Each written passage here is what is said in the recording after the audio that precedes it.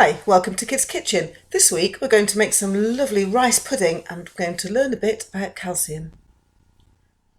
The ingredients for this are fairly simple, but it's worth trying to get the right kind of rice. You need a short grained rice. Pudding rice, risotto rice or paella rice would be fine.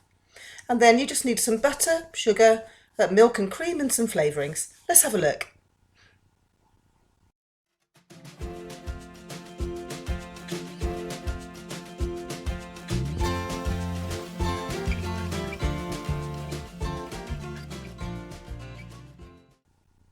And for the equipment, all you'll need is one fairly heavy bottomed pan, if you have, a reasonable sized roasting dish, and something to stir with, and that's it.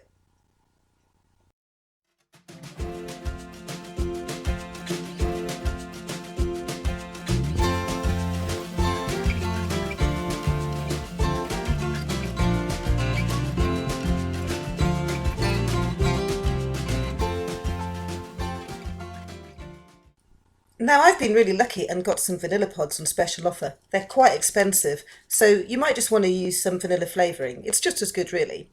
If you use a vanilla pod, you need to split it down the middle and get the seeds out. I'll show you how.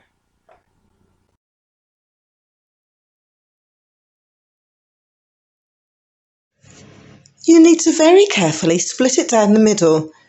Take all the seeds out. We'll put them in the dish, but you'll get more flavour if you take them out.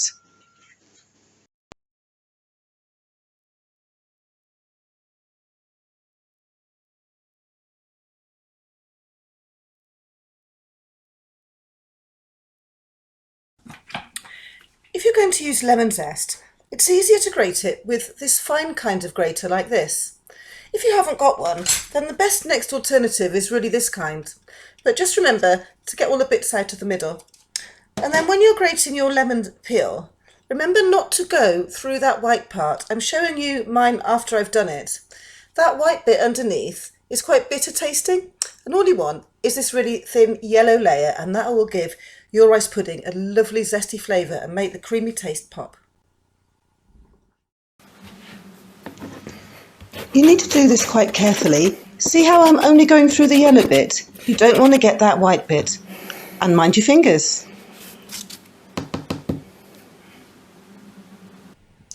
And now's a good time to warm up your oven. Put it on to 140 degrees.